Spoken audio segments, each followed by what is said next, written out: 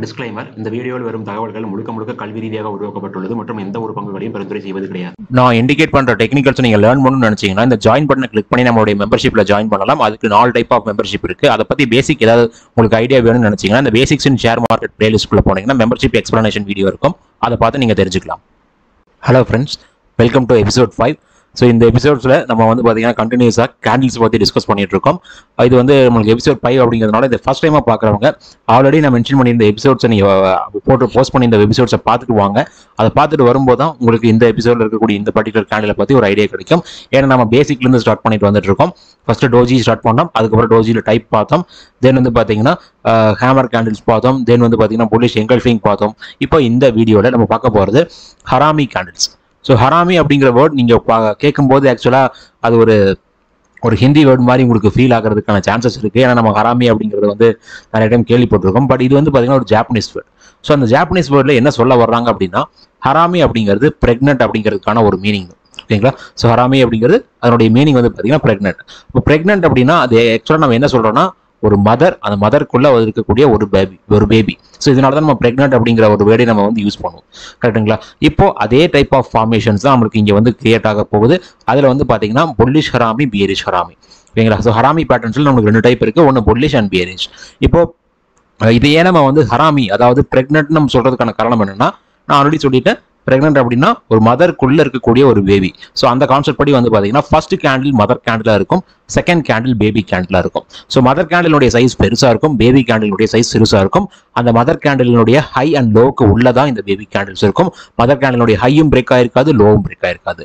அதனால தான் இதனுடைய கேண்டில் ஸ்ட்ரக்சரை பேஸ் பண்ணி, ஏன்னா கேண்டில் ஸ்டிக்ஸ் அப்படிங்கிறதே வந்து பார்த்தீங்கன்னா ஜாப்பனீஸ் இன்வென்ட் பண்ண ஒரு டைப் ஆஃப் சார்ட் தான். ஸோ இந்த நிறைய டைப் ஆஃப் சார்ட்ஸ் இருக்கு. அதில் one of the type of chart தான் கேண்டில்ஸ் சார்ட் அப்படிங்கிறது. அந்த கேண்டில்ஸ் சார்ட் இன்வென்ட் பண்ணது ஆக்சுவலாக வந்து பார்த்தீங்கன்னா ஜாப்பனீஸ் அப்படிங்கிறதுனால அவங்களுடைய அந்த பர்டிகுலர் நேம்ஸே வந்து இந்த பர்டிகுலர் கேண்டிலுக்கு கொடுத்துருக்காங்க.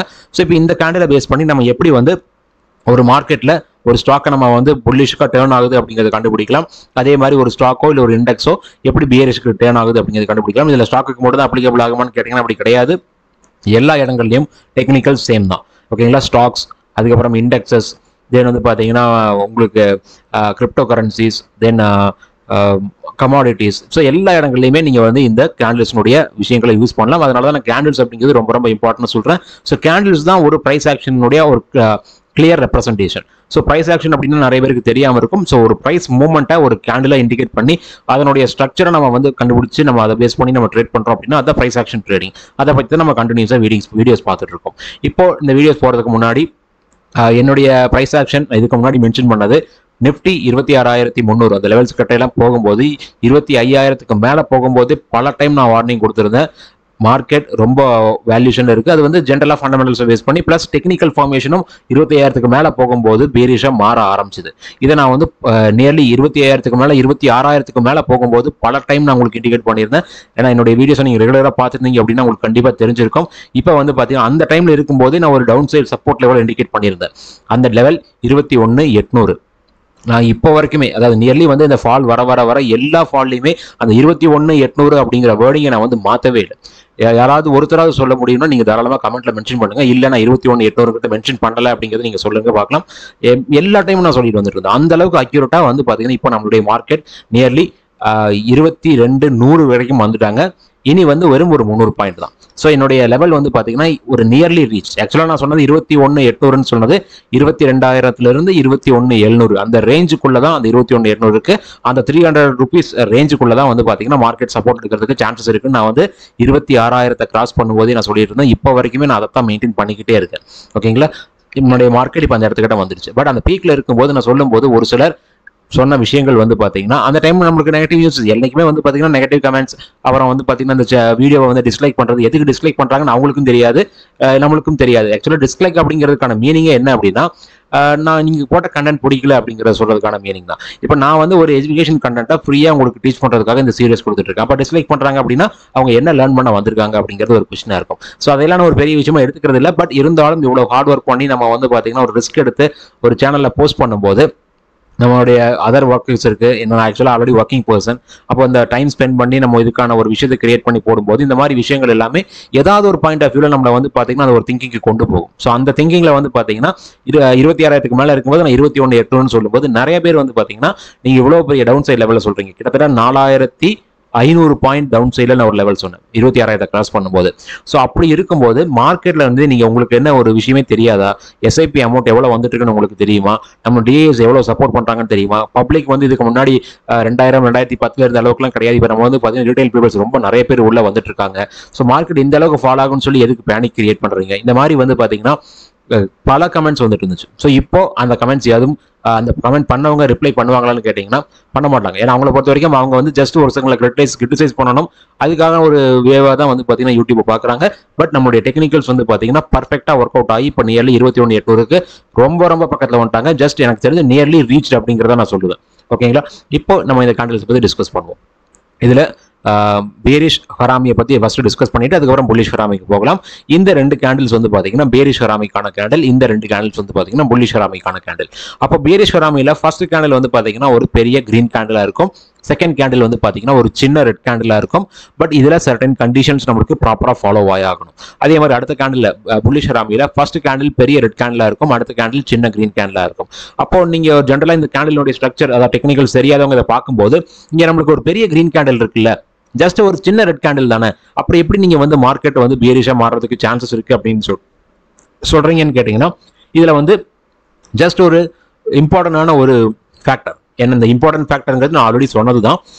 பையர்ஸ் எப்படி ஒர்க் அவுட் பண்ணியிருக்காங்க, செல்லர்ஸ் எப்படி ஒர்க் அவுட் பண்ணியிருக்காங்க, அவங்களுடைய பொசிஷன்ஸ் எந்த மாதிரி நடந்திருக்கு அப்படிங்கிறத நம்ம முக்கியமாக பார்க்கணும். இப்போ நம்ம இந்த ஃபர்ஸ்ட் பேரிஷ் ஹராமியை பற்றி டிஸ்கஸ் பண்ணுவோம். அதனுடைய ஓப்பனிங் ப்ரைஸ் இந்த இடம் தான். ஸோ இதான் வந்து நம்ம டே 1 கேண்டில் வச்சுக்கலாம், இந்த டே 2 கேண்டில் வச்சுக்கலாம். அப்போ டே 1 கேண்டிலுடைய ஓப்பனிங் ப்ரைஸ் இது. அங்கிருந்து வந்து பார்த்தீங்கன்னா கீழே வரைக்கும் வந்து லோ வரைக்கும் வந்துட்டு அங்கிருந்து வந்து பார்த்தீங்கன்னா நல்ல ஒரு புல்லிஷ் மூமெண்ட்ல மார்க்கெட்ல மேலே போயிருக்காங்க. ஹை ப்ரைஸ் இந்த இடத்துல ஹை ப்ரைஸை ரீச் பண்ணதுக்கு அப்புறம் ஃபைனலாக இறங்கி வந்து இதுதான் இந்த டே 1 க்ளோசிங் ப்ரைஸ். அப்போ இந்த கிரீன் கேண்டில் எந்த இடத்துல ஃபார்ம் ஆகணும் அப்படின்னு கேட்டிங்கன்னா ஒரு மார்க்கெட்னுடைய பீக் இல்லைன்னா ஒரு மார்க்கெட்னுடைய ரெசிஸ்டன்ட் பிளேஸ்.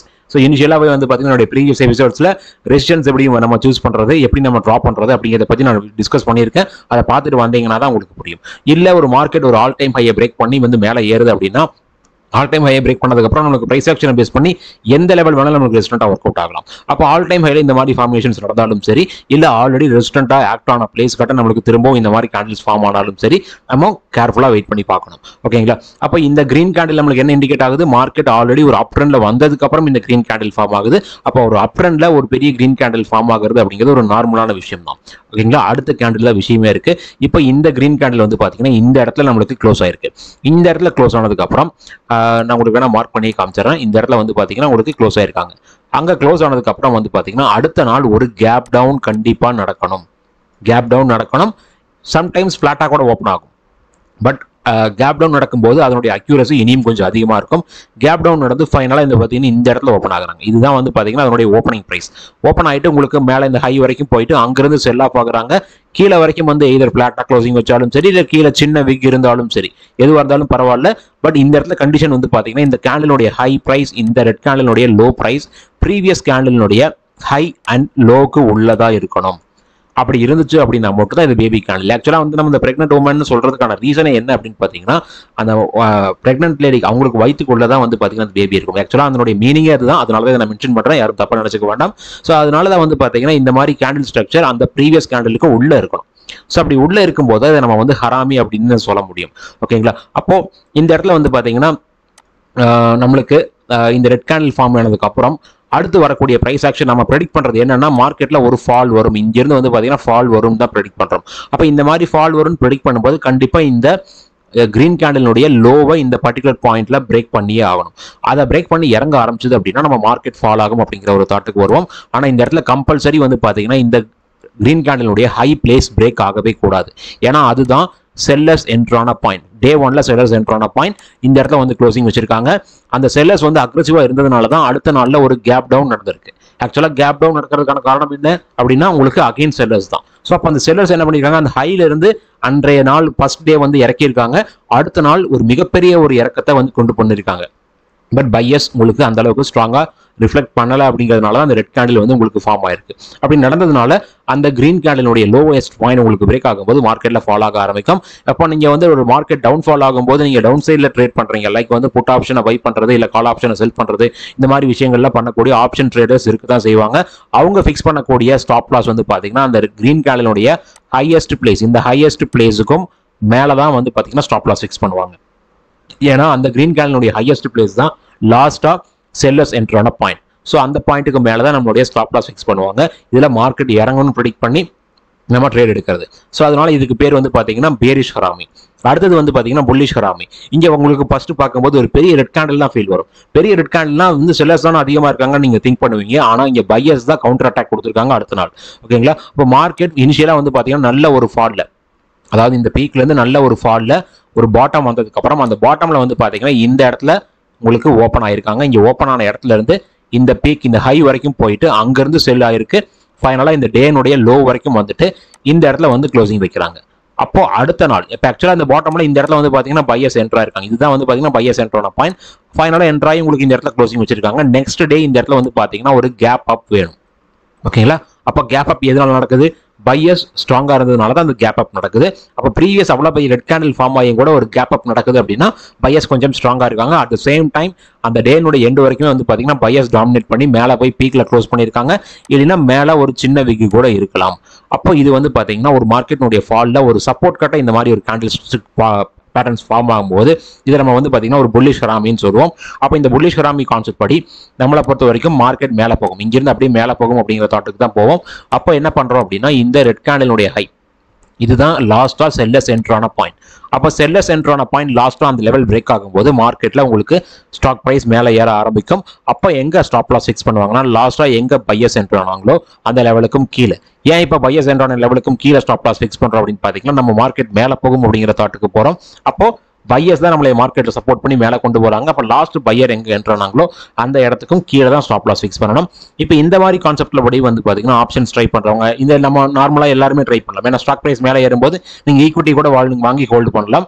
இல்ல நீங்க ஆப்ஷன்ஸ் ட்ரை பண்றீங்க அப்படின்னா நம்ம கால் ஆப்ஷனை பை பண்ணுவோம், புட் ஆப்ஷனை செல் பண்ணுவோம். அப்போ அந்த மாதிரி கான்செப்ட்ல நம்மளுக்கு என்ன ஆகும்னா அந்த டே ஒன்னுடைய லோயஸ்ட் பாயிண்ட்டுக்கும் கீழே தான் நம்மளுடைய ஸ்டாப் லாஸ் இருக்கும்.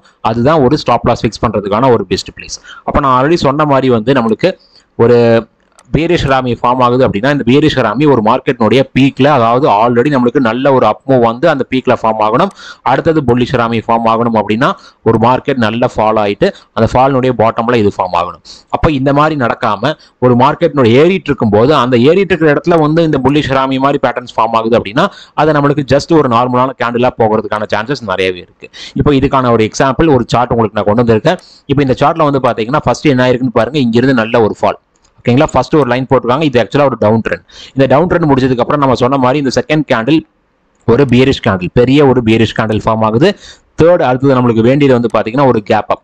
இந்த இடத்துல கேப் அப் கம்பல்சரியான்னு கேட்டீங்கன்னா கம்பல்சரியா இருந்துச்சு அப்படின்னா, அதாவது ஒரு கம்பல்சரியா ஃபார்ம் ஆச்சு அப்படின்னா நம்மளுக்கு ஒரு நல்ல அப் வர்றதுக்கு பாசிபிலிட்டிஸ் இருக்கு. இல்ல நம்ம ஆல்ரெடி சொன்ன மாதிரி வந்து இந்த இடத்துல நடந்த இந்த ரெட் கேண்டிலுடைய க்ளோசிங் அதே இடத்துக்கிட்ட ஓப்பன் ஆகுறாங்க அப்படின்னா இந்த டேனுடைய லோ பிரேக் ஆகாத வரைக்கும் கூட நம்மளுக்கு அது வந்து ஒரு புல்லிஷ் ஹராமியா எடுத்துக்கலாம். அதாவது இந்த இந்த மாதிரி ஒரு சின்ன ஒரு வீக் கூட கீழே வந்துட்டு அந்த லெவல் வரைக்கும் கூட வராம, அந்த லெவல் வரைக்கும் கண்டிப்பா வரவே கூடாது, வராம ஒரு கிரீன் கேண்டில் ஃபார்ம் ஆச்சு அப்படின்னாலும் நம்ம வந்து அது ஒரு புல்லிஷ் ஹராமி பேட்டர்னா எடுத்துக்கலாம். இப்போ அந்த மாதிரி நம்மளுக்கு தேர்ட் ஒன் நம்மளுக்கு வந்து பாத்தீங்கன்னா அந்த கண்டிஷன் அப்படிங்கிறது எய்தர் நம்ம வந்து இக்னோரும் பண்ணலாம். ஏன்னா அந்த கண்டிஷன் ப்ராப்பரா ஃபார்ம் ஆச்சு அப்படின்னா நம்மளுடைய புல்லிஷ்னஸ் இனியும் கொஞ்சம் ஈவன் மோர் அதிகமா இருக்கும். அப்போ நம்மளை பொறுத்த வரைக்கும் என்ன பண்ணுவோம், அந்த கிரீன் கேண்டில் ஃபார்ம் ஆகி அந்த ஃபோர்த் கேண்டில் அந்த ஸ்மால் கிரீன் கேண்டில் ஃபார்ம் ஆயிருச்சு அப்படின்னாலே நம்ம மார்க்கெட் மேலே ஏறும் அப்படிங்கிற தாட்ல போயிடுவோம். அதாவது ரிஸ்கி ட்ரேடர் அந்த ஸ்மால் கிரீன் கேண்டில் ஃபார்ம் ஆயிட்டாலே வந்து என்ட்ரி எடுத்துருவாங்க. பட் ஒரு சேஃபஸ்ட் ட்ரேடர் வந்து பாத்தீங்கன்னா லாஸ்ட் செல்லர்ஸ் என்ட்ரி பாயிண்ட்டை பிரேக் பண்ற அந்த பர்டிகுலர் பாயிண்ட்ல தான் வந்து பாத்தீங்கன்னா என்ட்ரி எடுப்பாங்க. லைக் இந்த இடத்துல நம்மளுக்கு வந்து பாத்தீங்கன்னா அதை பிரேக் பண்ண ட்ரை பண்ணிருக்காங்க. அப்போ அவங்களுடைய ஸ்டாப் லாஸ் நம்ம ஆல்ரெடி சொன்ன மாதிரி லாஸ்ட் பையர்ஸ் என்ட்ரி பாயிண்ட், இந்த இடத்துல லாஸ்டா பையர்ஸ் என்ட்ரி ஆயிருக்காங்க. அப்போ அந்த லெவலுக்கும் கீழே ஸ்டாப் லாஸை ஃபிக்ஸ் பண்ணி மார்க்கெட்னுடைய ப்ரீவியஸ் பீக்கை ஃபோக்கஸ் பண்ணுவாங்க. அப்படி இல்லை அப்படின்னா இந்த என்ட்ரி பாயிண்ட்னுடைய லென்த்ல இருந்து உங்களுக்கு இந்த ஸ்டாப் லாஸை மெஷர் பண்ணி அதுக்கும் 2 மடங்கு டார்கெட்டை ஃபிக்ஸ் பண்ணி அதை வந்து ஃபோக்கஸ் பண்ணுவாங்க. இது வந்து பாத்தீங்கன்னா புல்லிஷ் ஹராமி. அடுத்தது இந்த பீக்ல ஃபார்ம் இருக்கக்கூடிய பேரிஷ் கிராமி பாருங்க, இங்கே நம்மளுக்கு ஃபர்ஸ்ட் கண்டிஷன் இருக்கு. அது என்ன அப்படின்னா கண்டினியூஸா நம்மளுக்கு மார்க்கெட் நல்ல ஒரு அப் ட்ரெண்ட்ல போயிருக்கணும். அந்த அப் ட்ரெண்ட் போனதுக்கு அப்புறம் இந்த செகண்ட் ஒன் வந்து நம்மளுக்கு ஒரு நல்ல ஒரு ஸ்ட்ராங்கான கிரீன் கேண்டில், ஒரு புல்லிஷ் கேண்டில் ஃபார்ம் ஆகணும். அடுத்த தேர்ட் கண்டிஷன் நம்மளுக்கு கம்பல்சரி ஒரு கேப் டவுன் நடந்துச்சு அப்படின்னா பெட்டர். அப்படி நடக்காம இருந்துச்சு அப்படின்னாலும் அந்த ஃபர்ஸ்ட் வந்த கிரீன் கேண்டிலுடைய ஹை அண்ட் லோவுக்கும் உள்ளதான் நம்மளுக்கு அந்த ரெட் கேண்டில் இருக்கணும். அந்த மாதிரி ஒரு ரெட் கேண்டில், ஒரு சின்ன ரெட் கேண்டில் ஃபார்ம் ஆயிடுச்சு அப்படின்னா அடுத்து இந்த கிரீன் கேண்டிலுடைய லோவஸ்ட் பாயிண்ட் பிரேக் ஆகும்போது மார்க்கெட் ஃபால் ஆகும் நம்ம திங்க் பண்ணுவோம். பட் இந்த ரெட் கேண்டில் ஃபார்ம் ஆயிட்டாலே மார்க்கெட்ல ரிஸ்கி ட்ரேடர்ஸ் ஃபால் ஆகும் திங்க் பண்ணுவாங்க.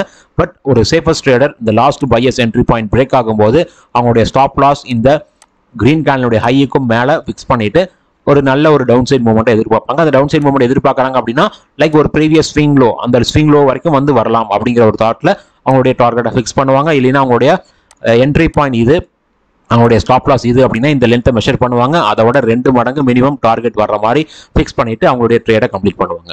ஸோ இதுதான் வந்து ஒரு ப்ராப்பர் டெக்னிக்கலை ஃபாலோ பண்ணி ஒரு ட்ரேட் எடுக்கக்கூடிய ஒரு விஷயங்கள். ஸோ இதை வந்து உங்களுக்கு இண்டிகேட் பண்ணியிருக்கேன். அண்ட் ஆல்சோ நான் இப்போ சொன்ன அந்த நிஃப்டி மூவ்மெண்ட் 26,000க்கு மேலே போகும்போது நான் சொன்னது நிறைய பேர் கேட்டிருப்பீங்கன்னு நினைக்கிறேன். அப்படி கேட்டிருந்தீங்க அப்படின்னா அட்லீஸ்ட் வந்து கமெண்ட்ல மென்ஷன் பண்ணுங்க. நான் எல்லாம் இது கவனிச்சிருக்கேன், எனக்கு நீங்க சொன்ன மாதிரி லெவல்ஸ் அச்சீவ் ஆயிடுச்சுன்னு கமெண்ட் மென்ஷன் பண்ணீங்க அப்படின்னா அது எனக்கு ஒரு பூஸ்டப்பா இருக்கும். ஏன்னா என்னைக்குமே வந்து பாத்தீங்கன்னா ஒரு வீடியோஸ் பார்த்து லேர்ன் பண்ணணும்னு நினைக்கிறவங்க கமெண்ட் மேஜரா மென்ஷன் பண்ண மாட்டாங்க. ஏன்னா அவங்க ஜஸ்ட் லேர்ன் பண்ணிக்குவாங்க. அவங்கள பொறுத்த வரைக்கும் அந்த ஓகே நீங்க சொன்னது உண்மைதான், ஆனா பட் நான் மென்ஷன் பண்ணல அப்படிங்கிற தாட்ல வந்து அவங்க போயிருவாங்க. பட் இந்த டிஸ்கரேஜ் பண்றவங்களுடைய தாட் வந்து பாத்தீங்கன்னா எனக்குமே என்கரேஜ் பண்றவங்களோட ரொம்ப அதிகமா இருக்கும். அதனால வந்து அவங்க கண்டிப்பா வந்து என்ன பண்ணுவாங்க, டிஸ்லைக் பண்ணுவாங்க, கமெண்ட்ல வந்து பாத்தீங்கன்னா நெகட்டிவா மென்ஷன் பண்ணுவாங்க. பட் அந்த பாசிட்டிவா திங்க் பண்ணி அடுத்த டைம் வீடியோஸ் பார்க்கணும்னு நினைக்கிறவங்க அந்த பாசிட்டிவான கமெண்ட்டை மென்ஷன் பண்ணாம போகிறதுக்கான சான்சஸ் நிறைய இருக்கு. ஸோ அதனாலதான் ஒரு பாசிட்டிவான ஒரு கமெண்ட் எதிர்பார்க்கறதுக்காக நான் சொன்னா இல்லையாங்க அப்படிங்கிற ஒரு கமெண்ட்டை மென்ஷன் பண்ணுங்க நான் சொல்றேன். ஓகேங்களா? இந்த வீடியோ பொறுத்த வரைக்கும் நான் இண்டிகேட் பண்ணது எல்லாமே ஒரு டெக்னிக்கல் வியூ மட்டும் தான். ரொம்ப நன்றி இந்த வீடியோ பார்த்ததுக்கு.